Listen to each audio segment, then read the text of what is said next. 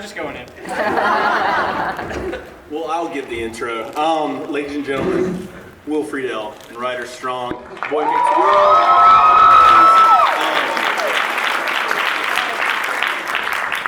So Will unfortunately told us that no Boy Meets World questions. Yeah, we'd rather not talk about Boy Meets World or Batman Beyond or any movies Ryder's been in. We wanted to talk mostly about Lou Ferrigno. And maybe some Chuck Norris. Yeah, see? Start lining up. If you have any questions, where's the microphones right here, so start lining up, but I'll ask you a couple of questions. So obviously, the show is based in Philly, but you shot in Los Angeles. How do you feel like they portrayed Philadelphia?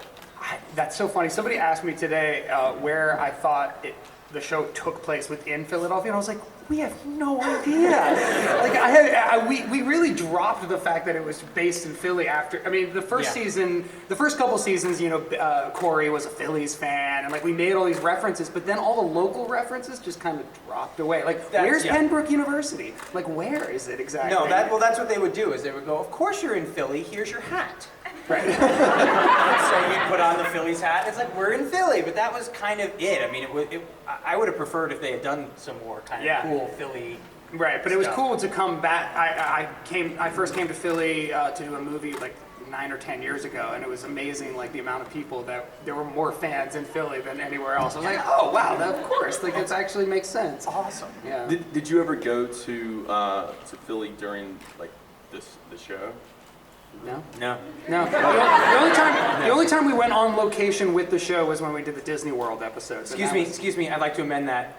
You went on location. All right. It was always they'd come in and go, hey, Ryder, Ben, Danielle, guess where you're going? Oh, that's awesome. Well, you're gonna stay here with a dummy that looks like Ben, and you're gonna pretend that it's like, oh, another trip I can't go on. Sweet. Yeah. That's right.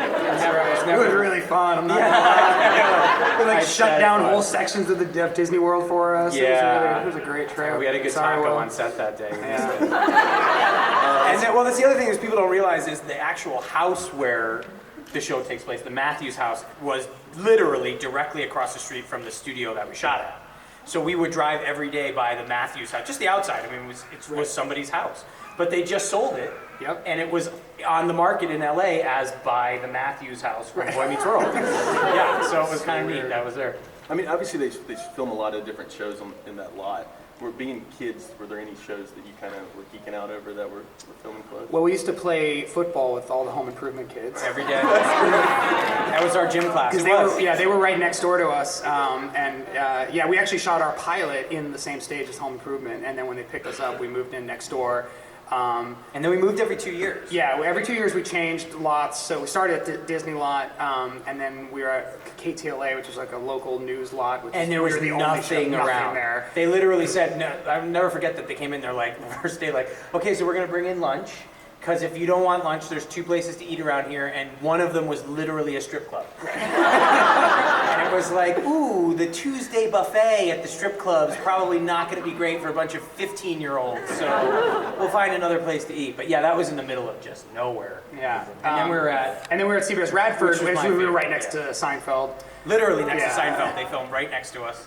And Third Rock from the Sun was right next to us. And yeah, the song you guys were singing when we came in, that opening title sequence is shot on the New York street that they built from Seinfeld. Right. So that's the same street where that Jerry and Elaine and everybody was. So that was a ton of fun. I loved that a lot. Yeah. Did you ever actually go onto other stages and like check out and talk to people? I was on Third Rock from the Sun. Okay. I did an episode of Third Rock, so I got to know them, and then I didn't really know anybody from Seinfeld. The greatest thing that happened was that John Cleese was on Third Rock, and John Cleese, obviously from is like the greatest comedian, one of the greatest comedians ever from Monty Python. Hugely tall, like he's 6'5", 6'6", and I saw him outside, and I said, I have to go talk to him. And I went up and I said, Mr. Cleese, I don't even know what to say. I'm such a huge fan of yours, and I just wanted to introduce myself. And he said, what show are you on?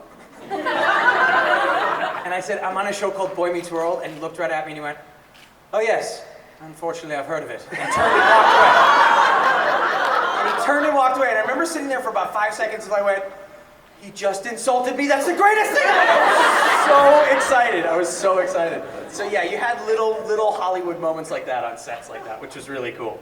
Jeff Goldblum coming up and grabbing Bill. I know were you there that day? Just grabbing Bill and like ripping him to the side. Bill's like, who is it? Oh, it's Jeff. Like that. Every time we do a Bill Daniels impression, by the way, we become British for some reason. That's the only way we can do it. I actually asked him when we were doing the pilot if he was from England, and he was like, "No, I get that a lot though." He's so proper. Is that proper? Like he's like Charles Winchester from Mad. Yeah. Let's get to a couple questions. Well, so I read once that you two couldn't have scenes together because you constantly made each other laugh. That is true. I'm just wondering, like, what did you do to each other? Like, what did you play? We just couldn't take each other seriously. That's what it was. Like, it wasn't pranks. No, it wasn't like we were trying to make each other laugh. We would literally just look at each other, and it would just lose it. It was also such diametrically opposed characters. So if they would either be an episode where it'd be a scene where it's like, well, we've got to make Shawn a little wackier, which didn't work, or we have to make Eric a little more serious, which didn't work. Right. So you'd have scenes where it's like, I remember the one specifically where you're like, Shawn's dad just died. And the lines they had to write were like, you're like, I'm upset. And I think my line was, because you're dead, Dad, Shawn. So, I mean, they had to make it ridiculous for us to even be in the same kind of realm. And a lot, I mean, whenever they did write scenes or beats between the two of us, a lot of acting with Will on the show was just trying to keep a straight face while he said stuff like that. And I think Will and I, we became best friends really quickly, and especially by the end of the show, we were just hanging out outside of the set all the time. And so I think he just knew when I was trying to keep it together so well that he would lose it. It was a disaster. Yeah. We knew how to push each other's buttons. As actors, especially actors that are together that long, you start to know the little buttons you can push that are either fun, like really funny. There were buttons with Ben and Danielle that you could push that would get them mad. And after a while, if you're bored, you kind of go, I'm going to push that button tonight and see what happens. It's just, you do. We were siblings. We were just quoting the Dutch lines that Shawn said. Does anybody remember the Airbnb, the B&B episode where suddenly Shawn can speak Dutch? Well, Will and I took a trip to Amsterdam together when I was 16 and he was 18, and that was the only Dutch we knew. Was those 2 words. That was the only Dutch you knew. That's the only Dutch I knew. So it was like, throw it in the air and see how light it is. So we would just walk around Amsterdam and I'd be like, "Gooi het in de lucht and see it for yourself how big it is." Yeah, it was. Ryder's in feite everything you see is te koop. Which means everything you see is for sale. That was it. That's all we knew. That's walk around Ryder just going, everything you see is for sale. Nobody would get this, but we were just in the green room, and I was like, "Gooi het in de lucht and see it." Just laughing hysterically. So scenes with us did not always go well. To say it got, when it got better, I think, or at least more manageable, is when it was all of us together. Because then it was okay. Then it was like we could look at somebody else. I could be looking at you and about to laugh. Or and all look of at Matt production Lawrence would grind to a halt. Like when we shot the horror episode, the Scream episode is what we called it, right? That was kind of all of our favorite epissodes. It was our favorite episode to shoot because it was just so bizarre, and they really just let us do whatever we want. And we had no audience because it was taking so long. And I mean, the poor crew just got so angry with us. And that was one of, you know what I didn't realize until I talked to him about it? That was like one of Matt Lawrence's, that was his first season. So he said he credits that episode with feeling like he was part of the team. Right. Where it was like he was one of us, which he never was. I'm kidding. I say that with much love to Maddie. But yeah, he was like, he credits that with, that was, we were all together for the first time and kind of, it's the most fun. Yeah, it was, we had an absolute blast during that episode. And I think there's almost not a scene in that show that you can watch where one of us isn't laughing or looking like you're going to laugh. So go back and watch it again. You're going, oh, laughing. Yeah. It's pretty funny. Actually, I have a request and a question. The question is, do you think we'll ever get a reunion? Like just one episode or like a short TV movie? God, I mean, we're still so fresh off Girl Meets World that it's hard to say. And I know that there was a big fan push to try and get Girl Meets World on Netflix or Hulu, and it's not happening. So I don't know. I think it'd be fun. I mean, at this point, we already all got together for the last episode of Girl. It was so fun. There was kind of that reunion at the end of Girl. but I mean, who knows? Maybe 5-10 years from now. Yeah, who knows? We're not going to close the door on that. Yeah. Sorry, no request. They'll be at their booth all weekend. All right. Well, now I want to know what the request was. All right. I'll I was just gonna ask you in your Batman Beyond voice to record like a school alarm for me. Oh, yeah, I'll be at the table. Come back. Everything did end so perfectly with Girl Meets World. However, if the show was given a chance to continue, where would you have wanted to see your characters go in that season? Well, I really thought I was bummed that the Mr. Turner Shawn stuff kind of got rushed in at the end there, Yeah. you know, because like Tony, the fact that Mr. Turner just disappeared from Boy Meets World was always so horrible. It was like he had been a regular, he had been such a huge part of Shawn's life, and then And he had good, like a good friend of ours, right, too. of course, the actor, but yeah, and then to have him like in a motorcycle accident, and it's like an episode where I'm joining a cult and finding God. It's like so weird, and then like never have him, you know, have him back. So I remember saying like, well, we have to do like where he actually adopts me, or we reconnect, or you know, and then yeah, because Girl Meets World got canceled, and you know, I think we were all really hoping for one final year.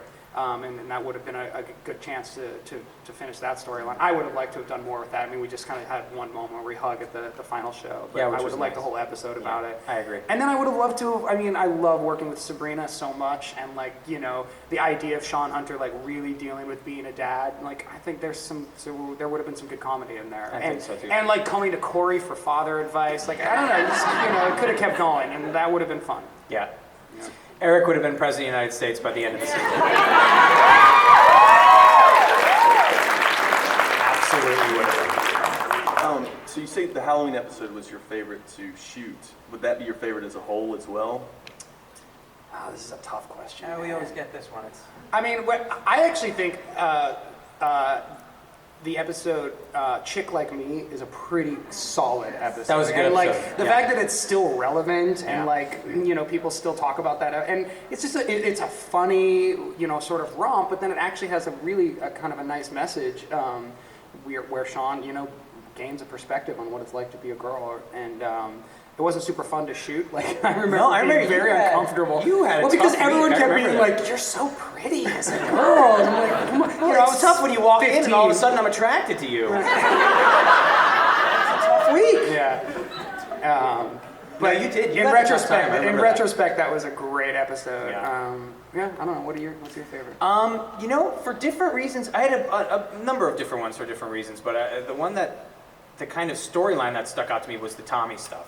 When Eric was going to adopt Tommy, I think that was that was kind of an interesting whole cross section of the It show. was nice that Eric got an emotional. Yeah, it was always like, I always felt it was like you guys had your show and it was like, here's the dark Boy Meets World. And then it's like, and now dance will. That's always, for a lot of it, that's what it seemed like it was like. So to have them say, all right, I remember I would get one episode a year based entirely around me where I was the A story because Ben had to take his finals. Take his finals at school. So final week would come up and I knew that it was like, ooh, it's my episode because Ben's gonna go fail chemistry or something. He didn't. He ended up going to Stanford as a pretty smart guy. But that was the week where I knew it was something was gonna happen, and they try to push the Eric character forward. Because Eric, there was no character. I mean, it was just.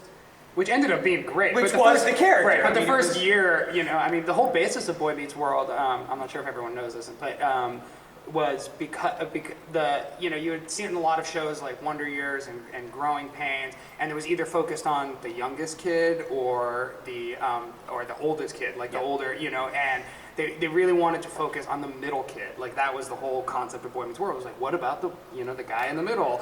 And yet Will's character sort of like they didn't know what to do with him for so long. Well, it was like he was the cool, like I had a different girl every week, and then Right. but that was the first season, and like people looked at that and went like, that doesn't make any sense. And then it all started, I think, with there was one episode where for some reason Eric was hooked up to a machine. And then a mouse was hooked up to a machine, and the mouse had more brain waves. And that's when it took a sharp turn. And then it was kind of just the greatest absurd. thing in the world, because you know I do cartoons and I love doing cartoons. It was a living, breathing cartoon character. That's all that Eric was. So it was. I don't think I ever won the note. You know, I never got the note as an actor, and Eric would never get the note. Pull it back a little bit. You know? Like that. Just No, it was didn't almost like exist. the writers and Will were sort of engaged in this like one-upsmanship of like, how far can we push Will? Like, how far will he go? You know? And it was like, oh, you want to push? Well, let's see what happens. You know, because you think about it, they would write things like, you know, he stands at the fence and yells, Feeny, Feeny, Feeny, Feeny, and exclamation points. That's all that would be in the script, you know, and then what Will would do was create the Feeny call. So then there was like, next week we gotta bring that back. And that was the thing. And then by the time you're done, it was 3 words that turned into 90 seconds of film. It's like, you want to keep rolling? I'll do it. No, I can't. No, I gave it. I passed it to the girls. The girls now have the Feeny call. That's theirs officially on Girl Meets World. So you have to ask them. But no, it was a ton of fun doing the show. I mean, it was strange at times, and somebody asked me the other day, what was the biggest fight you can remember having with the cast? And I couldn't remember one. Can you? Oh yeah. Can you? Like a cast fight? Like really? Like Oh, a you cast, mean like we people were all like mad at each other? Can you remember that happening? But it wasn't about the work. I mean, just like, you know, Ben and Danielle and we were younger than you. Yeah, so yeah, I yeah. remember like making each other cry in school, like. Really? Oh yeah. It was just, you know, kid stuff. It was, you know, we were together for 4 hours a day doing school, Yeah. and then also acting together constantly. And you know, Danielle was 11 when the show started. She was easy to make cry anyway. So I remember emotions running high. Like I definitely remember. I don't like, remember fights though. Like I don't remember that kind of. I do. Like, Wow, it was that's definitely like, it was like being a family, you know? Yeah, It's like yeah, the yeah. way you remember like making your brother or your sister cry when you were 12 and 13. Like, we definitely made each other cry. That's awesome. Like, yeah. Well, I'm glad there's an answer to that because somebody asked me that. But I was can't like, remember what they were remember. about. Like, Yeah. it's not like I have a singular No. event or, you know, no. That's weird. Yeah. No, we had a very mellow, like, relaxed kind of set. We weren't that. You never walked on and there was like, oh, there's drama today. It was like I don't recall that at all. No, it was a really fun Yeah. set. So the only thing better than the memories I have of Boy Meets World growing up is getting to share and bond with my son over Girl Meets World, so thank you guys for that. My 6-year-old who couldn't be here, he wanted me to ask you what your favorite Feeny advice was over the years. His name is- Really good question. That was my question too. That's awesome. His name is Bryston, by the way. If you can just say hi to Bryston. Bryston? Bryston. Bryston. Great question. Yeah. Way Yeah, to for a stump up 6-year-old, by the way. Bryce. That was Yeah. a question from a 6-year-old. Greatest feeling. I don't know. It's really hard to beat, you know, his last lines, you know, dream, try, do good, which like I've seen people have tattoos of that. I've seen people make necklaces out of it. Their bracelets. graduation caps. Right, graduation cap. I mean, like, I really think, I mean, that was just, and I love the way that actually played on the scene where I think it's Danielle's character says, don't you mean do well? And he says, no, do good. Yeah. Like, that's a great Yeah, that line. was great. Yeah, but I don't know. It's so fun. Here's the thing I would say about that. It was so hard for me to dissect Feeny from Bill. Yeah.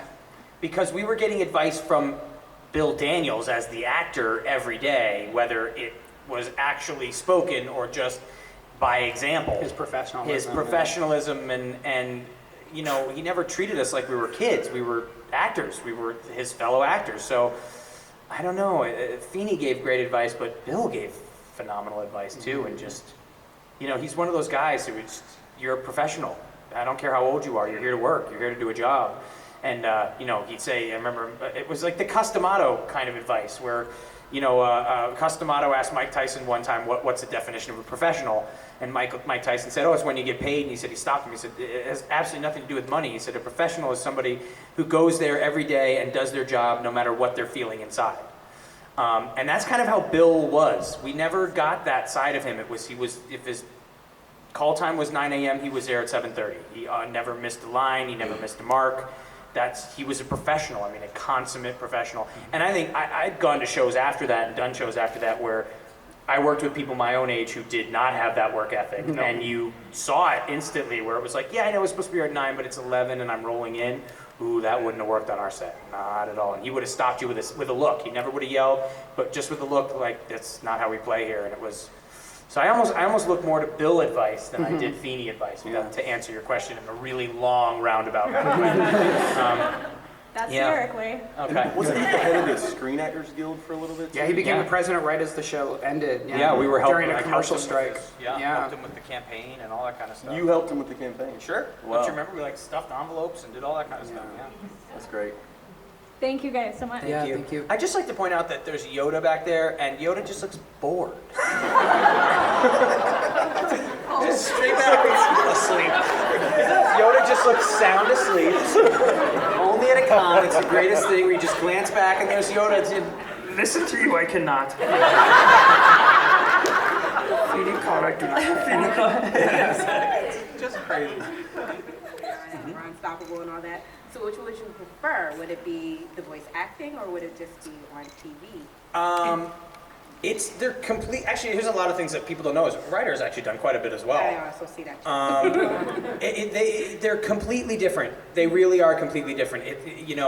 It would be like somebody saying to you, "What do you like better, pizza or cake?" They're both great, and they're both technically food, but they're both completely different. Which one's cake and which one's pizza? There's the question. Well, I like to have my cake and eat my pizza too. There's something about when you're a live action, do live action stuff, when you're on a television show, especially like a Boy Meets World, where we had an audience every week. So to be able to get that instant gratification of knowing you hit the perfect joke and going out and hearing the audience wailing and screaming and crying and having a great time, or literally crying, hearing one of my favorite responses of a Boy Meets World episode is when Danielle's character, when Topanga comes back she moves to Pittsburgh, and she comes back from Philadelphia, and they open the door, and she's standing in the rain for Corey, and you hear the whole audience go, it's the great, and it's genuine. It's like it was done live, and you get that kind of instant satisfaction. There's also the joy of working with your fellow actors in that kind of way. Voiceover is just pure acting. It's just you and the microphone. It doesn't matter how you look. It doesn't matter, what you're dressed in. You don't have to wear makeup. It is just the wonders of you and a script. So I love them both, but they're completely different. Yeah. Thank you. Thank you. Hi, I love Boy Meets World, by the way. Thank you. I was wondering, with Girl Meets World, I know, Will Friedle, you wrote an episode and you directed. What was it like growing up with this and then going behind the scenes of the new one? It was fantastic. It was really, I don't know. I've said it before. It was kind of like time traveling back to your high school, and like being able to this time know what's going on. They had the same writing staff, so the same creator, obviously. But then he also brought like 5 of the writers from Boy Meets World back, and then the kids had the same studio teacher that we had. There was the same script supervisor. So it was so bizarre to be like, sitting there looking at Ben, who's now an adult, me being an adult, and then all these people that we grew up with back again to do the same thing. Yeah. And it, for me, like a big part of it, the most satisfying part of that was watching these young actors and being able to try and be a positive influence on them, and being so aware of what I appreciated from the adults around me, especially the directors, because I was directing them. Encouraging them to take chances, encouraging them to be free, because there's a lot of, when you're a child actor, there's a lot of pressure to, just deliver the lines, like to just be a sort Stand of, here and yeah, talk. to be like a line delivery robot, it's like, and the Disney version that's like, smile big and express yourself, and like not really think about what you're saying, or not really feel it, or try and feel anything, just like it's all about the presentation.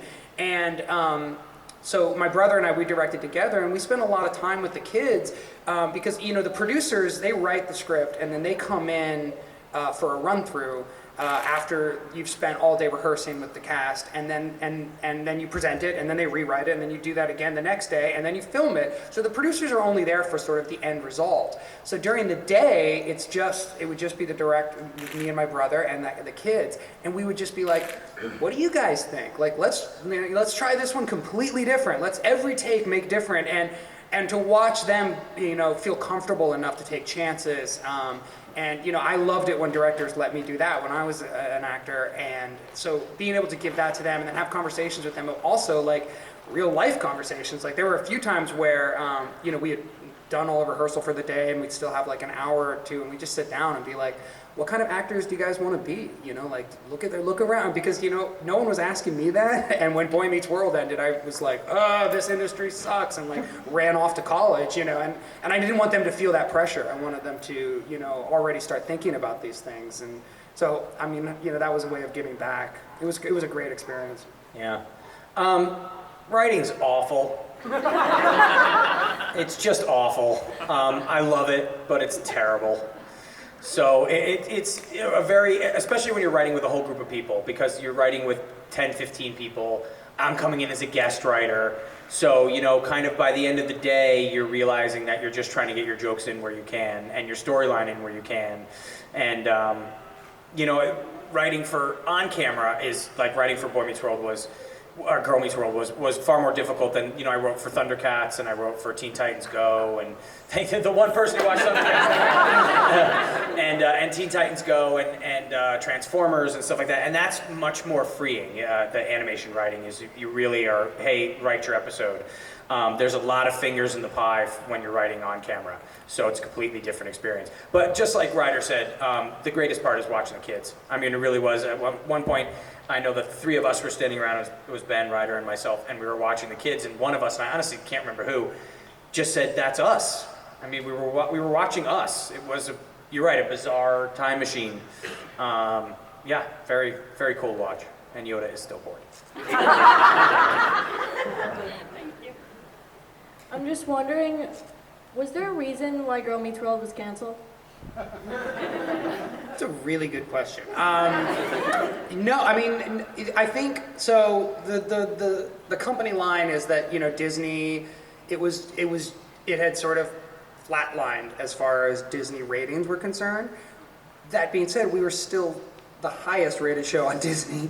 So yeah. I'm not sure, you know, we don't know exactly. I think, well, Disney is famous for having something called the 65 and out rule, which is no matter where your show is, no matter what happens, you hit 65 episodes and you're done. Stupid rule. Very.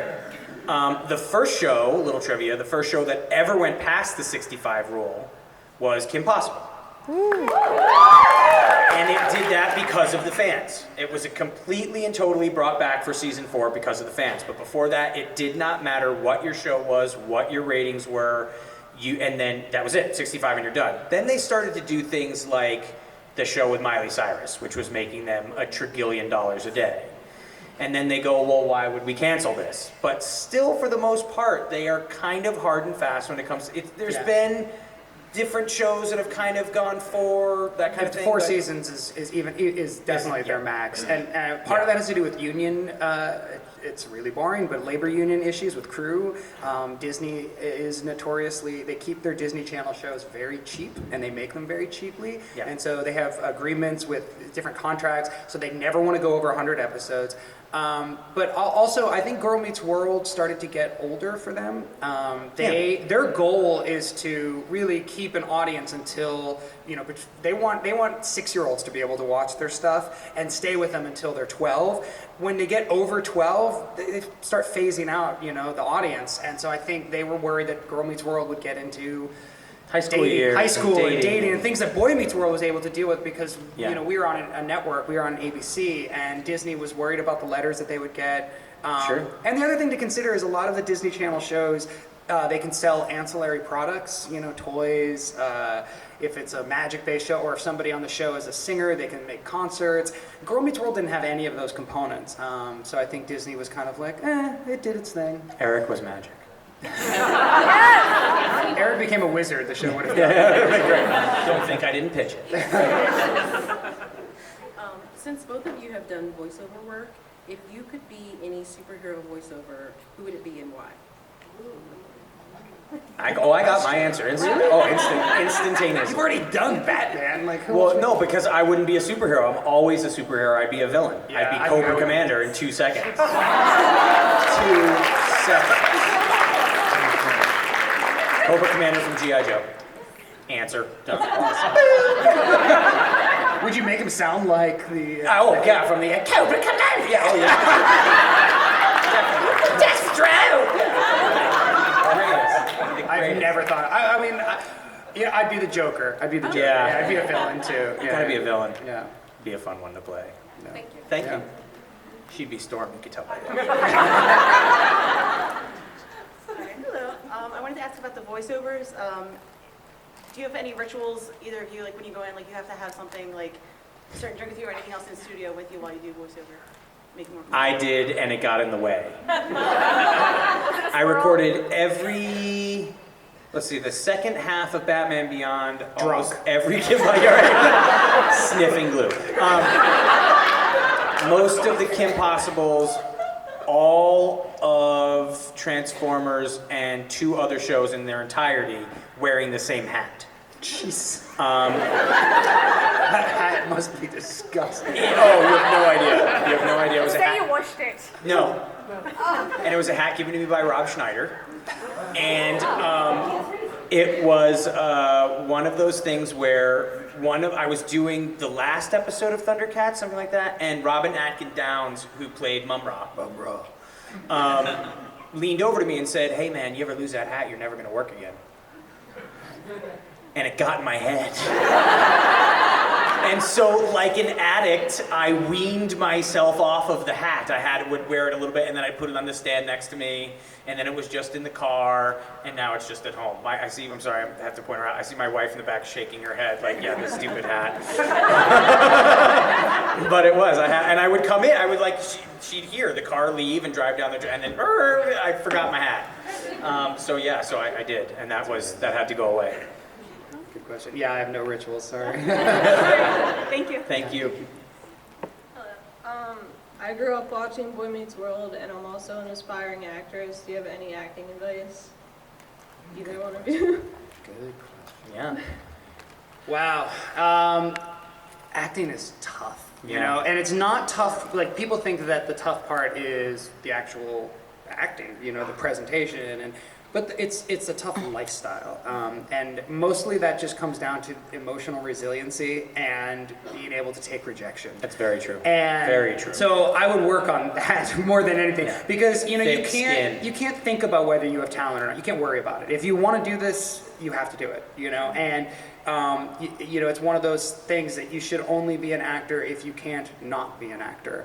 And you know, if that's the way, because like for me, I can live the rest of my life not being an actor, and I know that means it's time for me to not act anymore. Whereas like my wife is like a lifelong actor, and she will only always be an actor. Like it's such a core part of her. And you know, there have been years where she hasn't been able to get a job, you know, and now she's been working steadily for the last 5 years, and it's like you just have to stick with it, and you have to be okay. The more you can enjoy the process of auditioning and taking chances, and that becomes fun for you. Like the actors I know have this fearlessness about them. Like the most successful actors I know have this fearlessness about them, where they walk into an audition and they're so willing to take chances, because they know that if they make the character or the script their own in some way, if they take the chance on something that they care, even if they don't get the job, they can walk away and be like, well, I don't want them, you know. One of the best stories I ever heard, and who knows if this is true, was that Marlon Brando was asked to do a Don Quixote movie. And he was at, you know, the peak of his career. This was in the 60s or whatever. And he said, okay, I'm gonna record for the director. He said, I'm gonna film myself doing the character 2 different ways. And if you pick the way I want to do it, I'll be in your movie. And it's such a weird way to think about it, but that's the way we should all think about it as actors, is why is the actor there to just give the producer or the director or the writer what they want? We should be bringing something to the character, and that's the best acting. And if they don't want it, then fine, you don't want that job, you know? And don't take it personally as much as possible, which is the hardest part. Because it's you, it's your body, it's your voice, it's your face, and you feel it. It feels so personal. And for me, like, it's not worth it. I hated that level of rejection. You got it. He's right. I started in Connecticut. I was born in Connecticut, so I started auditioning in New York. So I would take a 3-hour bus ride down in New York. I would walk into a room. They'd look at me and go, "You're too fat." And I'd turn around and get a 3-hour bus ride back to Connecticut. And you go on to the next one, and you have to go, "Okay, I was too fat for that one." I mean, it's just, that's the way it works. You have to go, "All right, thanks, on to the next one." It is. It's a tough business. Thank you very much. Yeah, good luck. Thank you. Good luck. Good luck. Break a leg. Good luck. Hey guys. Hey. Hello. too low. In any case, in some of the earlier episodes, they had you, Will, with Jason Marston. Yeah. And I was just kind of wondering, like, why he eventually left. And He's a horrible person.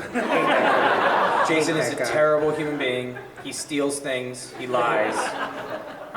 Was there ever really a reason, or is it just we had too many characters? I think it was just had too many characters, Yeah. and Eric couldn't have one specific friend. By the way, Jason is one of my closest lifelong friends. This is it. For the record, best man at his wedding was a yeah. So that's why I can tell you he's an awful.